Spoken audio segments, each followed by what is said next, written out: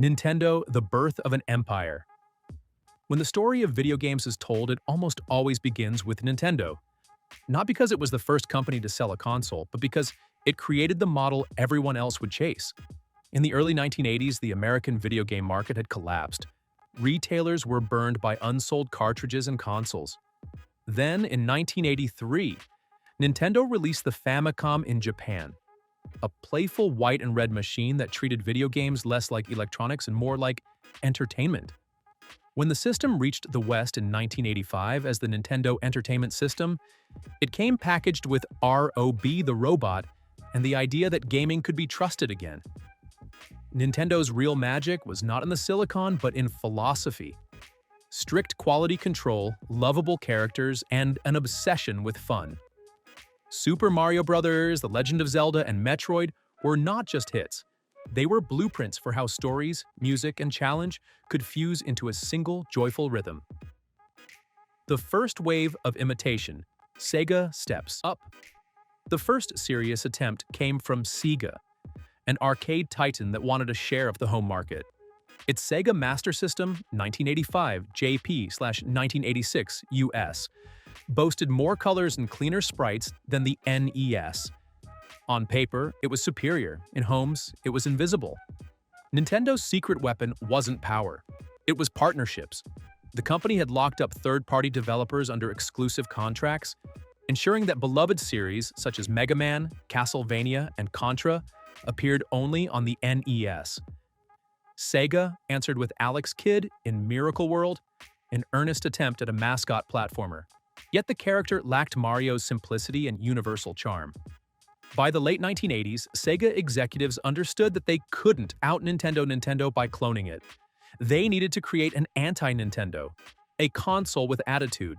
The 16-bit wars and the global clone craze that shift produced the Sega Genesis, or Mega Drive abroad, in 1988.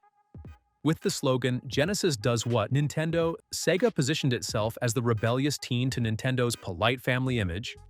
Even here, the blueprint remained Nintendo's. A mascot, Sonic the Hedgehog, a focus on bright worlds, tight controls, and catchy soundtracks.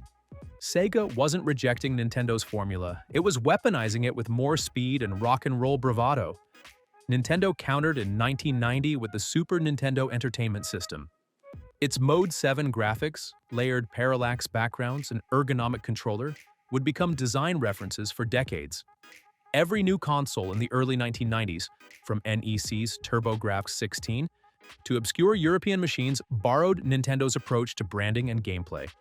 The 3D revolution and Sony's surprise victory.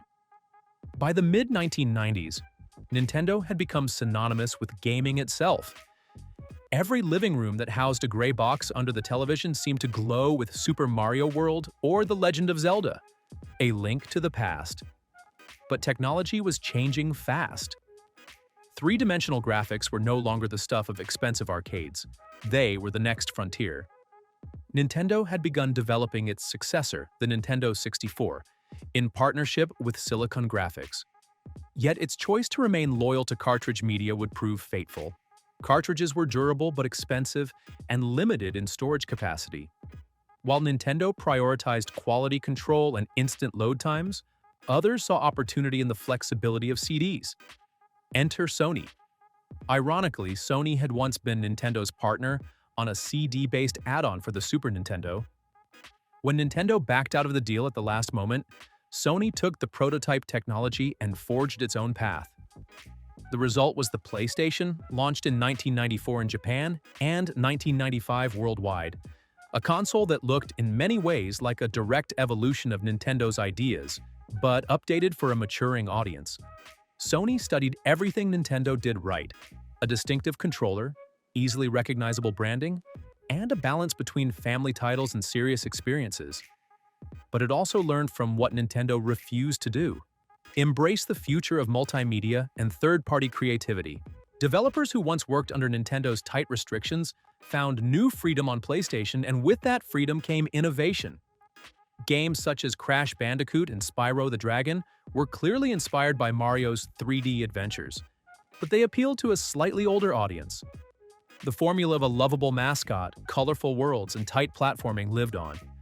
only this time it was Sony who was carrying the torch. The motion control era. Wii imitators everywhere fast forward to the mid-2000s. Nintendo's relevance seemed to be fading. The GameCube had struggled to compete with Sony's PlayStation 2 and Microsoft's new Xbox. Critics were beginning to call Nintendo a toy company rather than a tech giant. Then came 2006 and the Wii. On paper, it was underpowered. Its graphics were barely stronger than the GameCube's. But Nintendo had shifted focus from specs to experience. The Wii Remote, a wand-like controller that sensed motion, transformed the act of gaming into something physical and instantly understandable. Grandparents, kids, and even non-gamers were suddenly waving their arms in living rooms across the world. Nintendo had done it again. It reinvented play. The industry's response was immediate and predictable: imitation.